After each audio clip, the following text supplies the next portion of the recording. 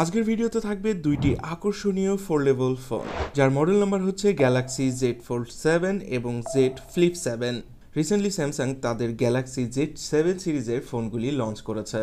একটি ফোন খুললে যেটি বড় ডিসপ্লে হয়ে যাবে, আর একটি ফোন ভাঁজ করলে সেখানে পেয়ে যাবেন মিনি ডিসপ্লে। এছাড়াও আগের সিরিজ থেকে এই ফোনগুলিতে অনেক বড় ধরনের পরিবর্তন আনা হয়েছে। তো কি কি থাকছে এই ফোনটিতে, এইসব নিয়েই আলোচনা করা হবে আজকের ভিডিওতে। তো চলুন কথা না বাড়িয়ে ভিডিও শুরু করা যাক। আমি আছি সূর্য আর আপনারা দেখছেন টেকসান।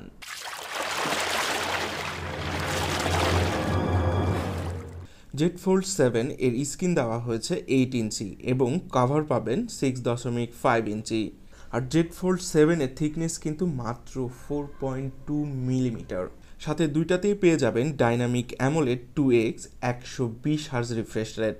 আর 6 সিরিজের তুলনায় কিন্তু 7 সিরিজের সেটটা আরও অনেক বেশি স্লিম করা হয়েছে, যার ফলে দেখতে অনেক সুন্দর লাগছে এবং ব্যবহারের ক্ষেত্রে অনেক হ্যান্ডি হবে মনে হচ্ছে। আর ফোনটির ওজন কিন্তু মাত্র 200 গ্রাম। এখানে ব্যবহার করা হয়েছে Gorilla Glass Ceramics 2 plus armour aluminium plus. আর এই ফোনটিতে কিন্তু IP48 রেটিং রয়েছে। এখন দেখা যাক ফ্লিপ 7 এর কি অবস্থা। ফ্লিপের ডিসপ্লে হিসেবে রয়েছে 6.9 ইঞ্চির একটি বড় ডিসপ্লে এবং এটি ভাঁজ করার পর হয়ে যাবে 4.1 ইঞ্চির একটি ডিসপ্লে। এই ফোনটিও কিন্তু বেশ পাতলা, এর থিকনেস হচ্ছে 13.7 mm। গরিলা গ্লাস ভেক্টরস 2 থাকছে এর সঙ্গে। এবার কথা বলা যাক পারফরমেন্স এবং চিপসেট নিয়ে। জেড ফোল্ড 7 এ ব্যবহার করা হয়েছে স্ন্যাপড্রাগন 8 এলিট ফর গ্যালাক্সি 3 ন্যানোমিটারের একটি চিপসেট, যা কিনা আগে ছিল 4 ন্যানোমিটার। এর ভেরিয়েন্টেও হালকা কিছু পরিবর্তন এসেছে, যেমন 12 জিবি র্যামের সঙ্গে পেয়ে যাবেন 256 জিবি এবং 512 সঙ্গে পেয়ে যাবেন 12 জিবি র্যাম। তবে 1 টিবির সঙ্গে পেয়ে যাবেন আপনারা 16 জিবি র্যামের ক্যাপাসিটি, যা কিনা আগের সিরিজে ছিল 12 র্যাম 1 টিবি। অপরদিকে জেড ফ্লিপ 7 এ ব্যবহার করা হয়েছে স্যামসাং এক্সিনোস 3 ন্যানোমিটার একটি চিপসেট এবং এর ভেরিয়েন্ট হিসেবে থাকবে 12 জিবি 256 জিবি এবং 12 জিবি 512। এবার কথা বলা যাক ক্যামেরা সেকশন নিয়ে। জেড ফোল্ড 7 এ ব্যবহার করা হয়েছে 200 মেগাপিক্সেল ক্যামেরা, যা কিনা হিউজ একটি পরিবর্তন এনেছে আগের সিরিজ থেকে। তো আপনারা ব্যাক সাইডে পেয়ে যাবেন 3টি ক্যামেরা, যার প্রধান ক্যামেরা হচ্ছে 200 মেগাপিক্সেল এবং আলট্রা ওয়াইড হিসেবে ব্যবহার করা হয়েছে 12 মেগাপিক্সেলের একটি ক্যামেরা। আর টেলিফটো হিসেবে ব্যবহার করা হয়েছে 10 মেগাপিক্সেল ক্যামেরা।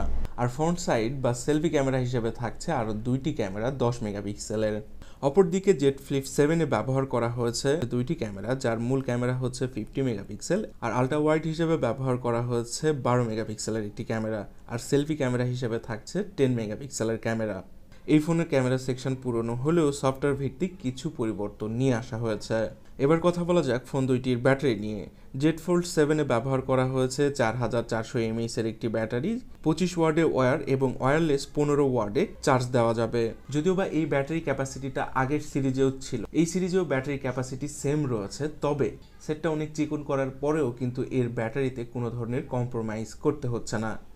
অপরদিকে জেড ফ্লিপ 7 এ ব্যবহার করা হয়েছে 4300 mAh এর একটি ব্যাটারি, যা কিনা 25 ওয়ার্ডের কেবলে চার্জ দিতে পারবে এবং ওয়্যারলেস হিসেবে চার্জ দিতে পারবেন 10 ওয়ার্ডের।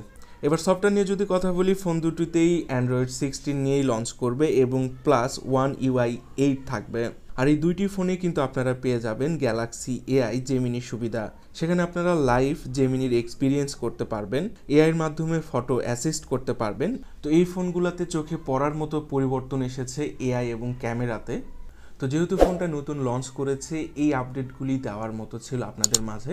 যদিও বা বাংলাদেশের মার্কেটে এখন পর্যন্ত দেখা যায়নি, তো বাংলাদেশে আসার পর ইউজার রিভিউ থেকে এর ফুল আপডেট বা ফুল ভিডিও নিয়ে আসার চেষ্টা করব। আর বাংলাদেশে এখন পর্যন্ত যেহেতু ফোনটি দেখা যাচ্ছে না, সুতরাং প্রাইসটা নিয়েও আপনাদেরকে ধারণা দিতে পারছি না, কারণ আপনারা সকলেই জানেন অফিসিয়াল এবং আনঅফিসিয়াল ফোনের বেশ পার্থক্য থাকে। তো বাংলাদেশে কেমন প্রাইসে এটা পাওয়া যাবে সেটি দেখার অপেক্ষায়। আর এই দুইটি ফোনে এআই থাকার কারণে অনেক অ্যাডভান্স লেভেলের কাজ আপনারা করতে পারবেন। তো এই ছিল আজকের ভিডিওর ইনফরমেশন যদি ভালো লেগে থাকে অবশ্যই লাইক, কমেন্ট আর চ্যানেলটিকে সাবস্ক্রাইব করতে ভুলবেন না। দেখা হবে আপনার সাথে নতুন কোনো ভিডিওতে। আপনার শুভকামনা জানিয়ে শেষ করছি আজকের ভিডিও। ধন্যবাদ, ভালো থাকবেন।